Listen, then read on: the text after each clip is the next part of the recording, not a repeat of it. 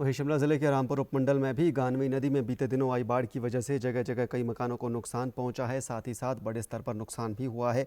सड़कें और पुल ध्वस्त हो चुके हैं। गानवी, कूट, क्याओ और आसपास की पंचायतों का यातायात पूरी तरह से बाधित हो चुका है।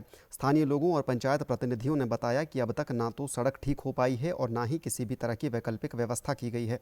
ऐसे में लोगों को खासी दिक्कतें पेश आ रही हैं। साथ ही सेब की फसल मंडियों में पहुंचना भी बड़ी समस्या बना हुआ है।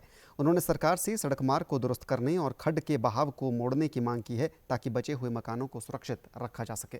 हमारी 15-20 की दो पंचायतों की कनेक्टिविटी बिल्कुल ही खत्म हो गई है।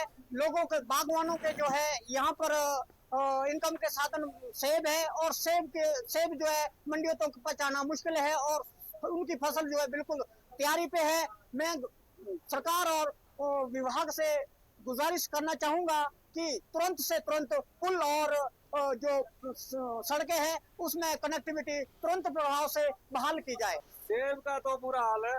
लोगों ने कई ने तो तोड़ दिया, उनका तो सड़ने की कगार पर सड़ ही गया। जो यहाँ पर मशीन पर भी लाया था उनको 2-3 किलोमीटर यहाँ से ऊपर रोड के लिए 80 से 100 रुपए एक पेटी का देना पड़ रहा है। तो बहुत ही मुश्किल का सामना करना पड़ रहा है यहाँ के खासकर बागवानों को।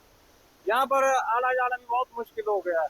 हमको भी यहाँ पर 3-4 किलोमीटर ऊपर चढ़ के फिर पर से नीचे आके हमारे को घर सुबह शाम हम भी ऐसे ही चल रहे हैं। पिछले 13 अगस्त को गांव में जो बाढ़ है उससे जो कूट क्याओ की कनेक्टिविटी बुरी तरह टूट चुकी है। वहाँ पे पिछले कई टाइम से हमारे कूट में तो ना सिलेंडर आ रहा है ना राशन पहुँच रही। क्याओ में वैसी स्थिति है।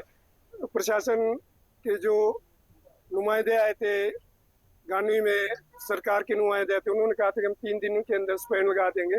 तो अभी तक ना स्पैन लगा हुआ, ना किसी प्रकार की जो रोड की कनेक्टिविटी है वो भी काम ढंग से चल नहीं पा रहा है। उसमें